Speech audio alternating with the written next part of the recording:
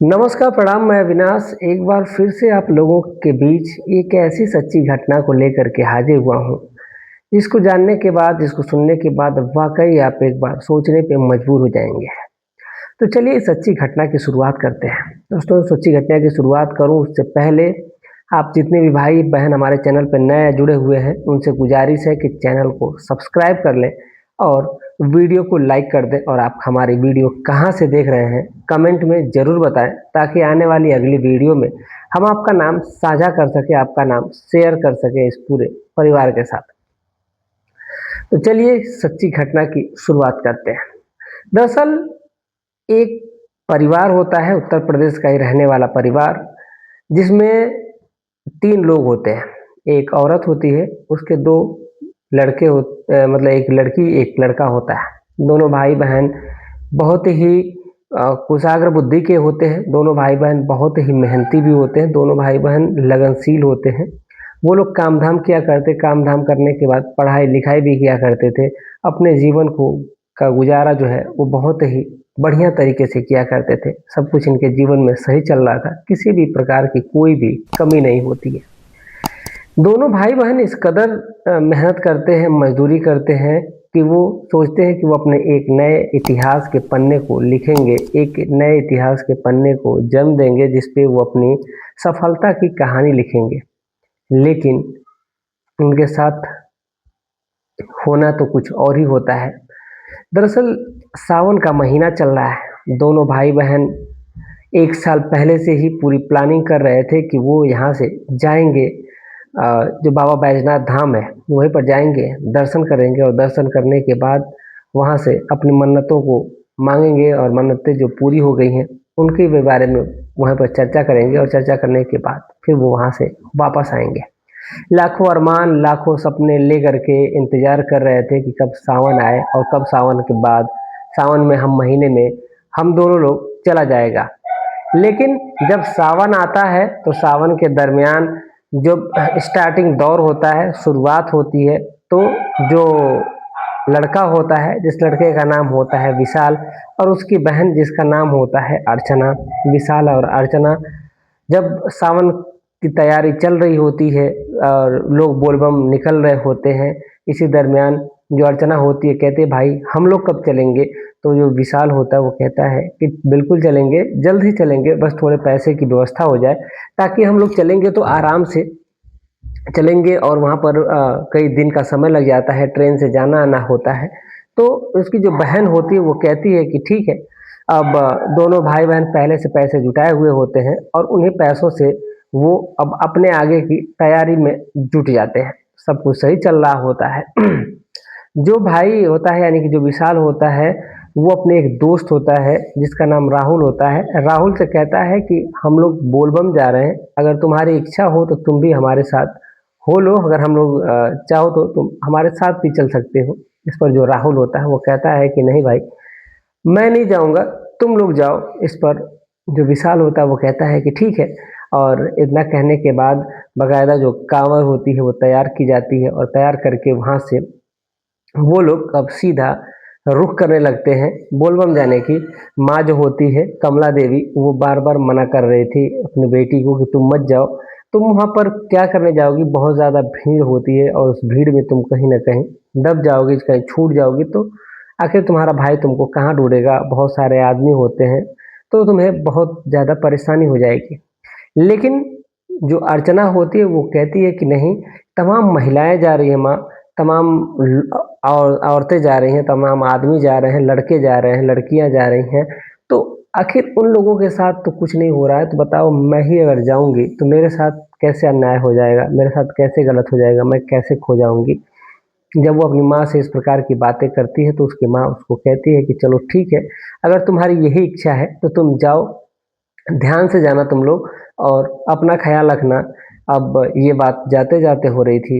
अब दोनों भाई-बहन वहाँ से निकलते हैं और निकलने के बाद बोल बम का जयकारा लगाते हुए सीधा वहाँ से निकलने लगते हैं। ट्रेन का सफ़र करते हैं और ट्रेन का सफ़र के बाद वो लोग पहुँच जाते हैं सुल्तानपुर, एक जगह लगती है और वहीं पर जब पहुँचते हैं, तो वहाँ पर बहुत सारे जो कांवरिये होते हैं, वो वहीं पर मौजूद होते हैं, वहीं पर घूम फिर रहे होते हैं। अब ये दोनों भाई बहन इधर उधर घूमते हैं, देखते हैं कि वहाँ पर लंगर चल रहा है। तो बहन कहती है कि भाई चलो आज हम लोग लंगर में भी खाना भी खाएंगे और लंगर में सेवा भी करेंगे। बोलबम तो हम लोगों को चलना ही है, जल ढारने चलना ही है। तो वो कहता है उसका भाई कि ठीक है। और फिर वो लोग जो लंगर चल रहा होता है वहीं पर जाते हैं और जा कर के वहीं पर लोगों को वहीं से लंगर में जो भोजन परोसा जाता है वही ये लोग परोसने लगते हैं, खिलाते हैं पिलाते हैं। जब रात होती है खाना पीना खा करके दोनों भाई बहन वहीं पर सो भी जाते हैं और सोने के बाद फिर अगली जो सुबह होती है फिर वहाँ से वो लोग अपने यात्रा के लिए निकल जाते हैं। और वहाँ पर जा कर के वहीं सुल्तानपुर से शायद उन लोगों को जल लेना होता है और जल ले करके फिर वहाँ से वापस अ, जो बैजनाथ धाम होता है वहीं पर जाना होता है। अब जो भाई है, जो बहन है, ये दोनों वहाँ से फिर निकलते हैं और सुल्तानपुर का जो मेन स्टेशन है उसी स्टेशन पे जब पहुँचते हैं तो जा कर के वहीं पर वो लोग अपना जो एक रूम ले लेते हैं किराए का और रूम ले करके फिर वहाँ से वो लोग सोचते हैं कि चलो आज हम लोग यहीं पर रुकेंगे और रुकने के बाद थक गए हम लोग, उसके बाद फिर आज के बाद फिर अब आज रात रुकेंगे फिर अगले सुबह यहीं से जल उठाया जाएगा और फिर यहाँ से पैदल हम लोग आगे बढ़ लिया जाएगा, जितने भी बोलबम हैं जो कांवरिये हैं उन सभी के साथ चला जाएगा। अब ये बातें विशाल और जो उसकी बहन अर्चना है यही वो लोग सोचते हैं। सोचने के बाद जो होटल लिया जाता है उसी होटल में जो अर्चना है, विशाल है, दोनों अपनी-अपनी काँवड़ को रख देते हैं। और जो विशाल होता है वो कहता है कि देखो मैं जा रहा हूँ घूमने के लिए, तुम होटल में आराम कर लो, शाम को चलना फिर खा पी करके फिर हम लोग आया जाएगा। तो जो अर्चना होती है वो कहती है कि नहीं, वो भी चलेगी घूमने के लिए। इस पर जो विशाल होता है वो कहता है कि ठीक है अगर तुम्हें भी चलना है तो तुम भी चलो। अब अर्चना और जो विशाल है दोनों फिर वहाँ से अब निकल जाते हैं शहर में घूमने के लिए और इधर-उधर घूमते हैं और लंगर लगे होते हैं, भांग के गोले जो रस होते हैं वो चल रहे होते हैं और जो दोनों भाई-बहन होते हैं देखते हैं कि भांग के गोले, भांग के जो रस है, भांग पिलाई जा रही है तो वो दोनों खुद को नहीं रोक पाते हैं। विशाल कहता है कि मैं तो भांग पीऊँगा, एक काम करो कि तुम कुछ और पी लो, कोल्ड ड्रिंक वगैरह पीना हो तो। तो ये कह करके विशाल जो है वो 2 गिलास भांग का जो रस होता है वो पी लेता है। अब जो अर्चना होती है वो कहती है कि नहीं, वो भी इसी को पिएगी। तो वो कहता है कि नहीं देखो तुम्हें नशा हो जाएगा, तो वो कहती है कि नहीं मुझे नशा नहीं होगा, मैं भी थोड़ा-सा पीऊँगी। और ये कह करके वो 1 गिलास पहले पीती है, लेकिन उसका स्वाद इतना अच्छा होता है कि जो अर्चना है वो कहती है कि वो भी 1 गिलास और पिएगी, लेकिन भाई उसके रोकने की वजह से वो आधा गिलास ही उस रस को पी लेती है।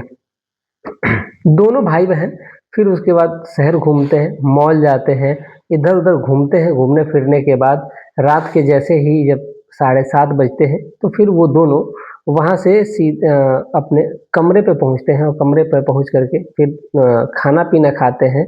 खाना-पीना खा कर के दोनों जब अपने कमरे में पहुँच जाते हैं, तो उधर अब धीरे-धीरे इन लोगों के ऊपर जो भांग का नशा है, वो अब चढ़ने लगता है। भांग का नशा जो है वो चढ़ने लगता है।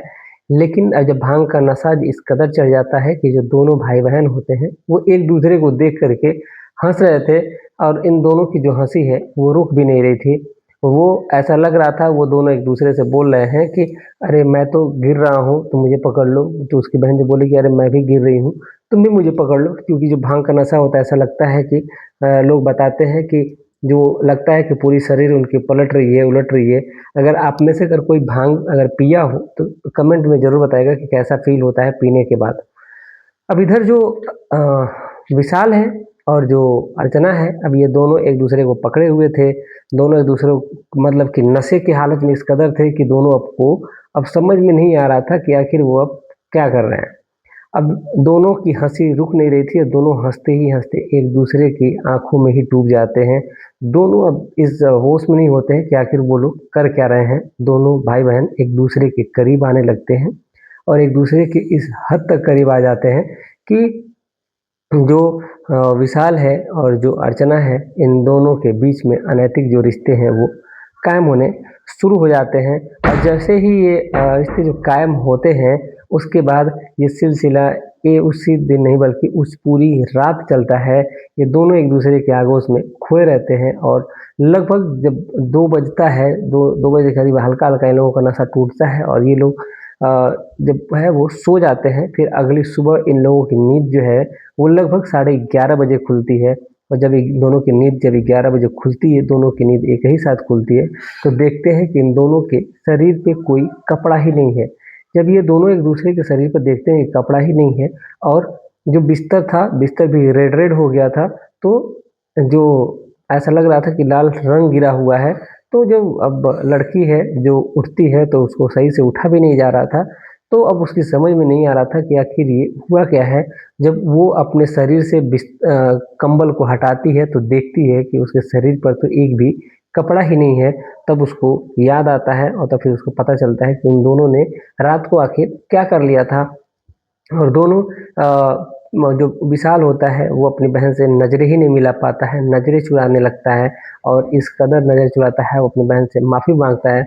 उसकी बहन भी उससे माफ़ी माँगती है, कहती है कि मुझसे भी गलती हो गई, तुमने मना भी किया था लेकिन मैं नहीं मानी थी। लेकिन अब तो कर भी क्या सकते हैं हम लोग, ये बातें हमारे और तुम्हारे तक ही सीमित होनी चाहिए और ये जो कांड हुआ है इसकी जानकारी किसी को नहीं होनी चाहिए। अब वहाँ से फिर दोनों नहाते हैं, धोते हैं, फ्रेश होते हैं, उसके बाद फिर वहाँ से वो सीधा जाते हैं, जल उठाते हैं और फिर सीधा वहाँ से जाकर के जल को ढारते हैं। ढारने के बाद वहाँ पर जो उन्होंने कृत्य किया था उसके लिए वो माफ़ी माँगते हैं और माफ़ी माँग कर के खुद को माफ़ करने की विनती बार-बार करते हैं और करके फिर वहाँ से वो लोग दोनों वापस आते हैं और कसम खाते हैं कि आज के बाद वो लोग कभी ऐसा काम नहीं करेंगे और फिर वो लोग वापस वहाँ से घर आते हैं प्रसाद लेकर के और सब कुछ नॉर्मल चलने लगता है। बाकी अब उनकी लाइफ में क्या हो रहा है, क्या नहीं हो रहा है, इसके बारे में जानकारी अभी नहीं है। ये बात हमें सोशल मीडिया के माध्यम से अलग-अलग यूट्यूब के प्लेटफ़ॉर्म पे, अलग-अलग साइट पे हमें ये मिली है। इस घटना की सत्यता की पुष्टि मैं नहीं करता, बल्कि इसके बारे में जो हमें जानकारी मिली है, जैसा कि हमें और भी खबरों से मिला है, तो इसीलिए हमने आपके सामने प्रस्तुत किया है। बाकी आपकी क्या राय है इस पर? आप अपनी राय कमेंट में ज़रूर लिखिएगा। साथ ही साथ आप हमारी वीडियो कहाँ से देख रहे हैं, ये भी कमेंट में ज़रूर लिखिएगा। चलिए, आज के लिए बस इतना ही। मिलते हैं। जय हिंद, जय भारत।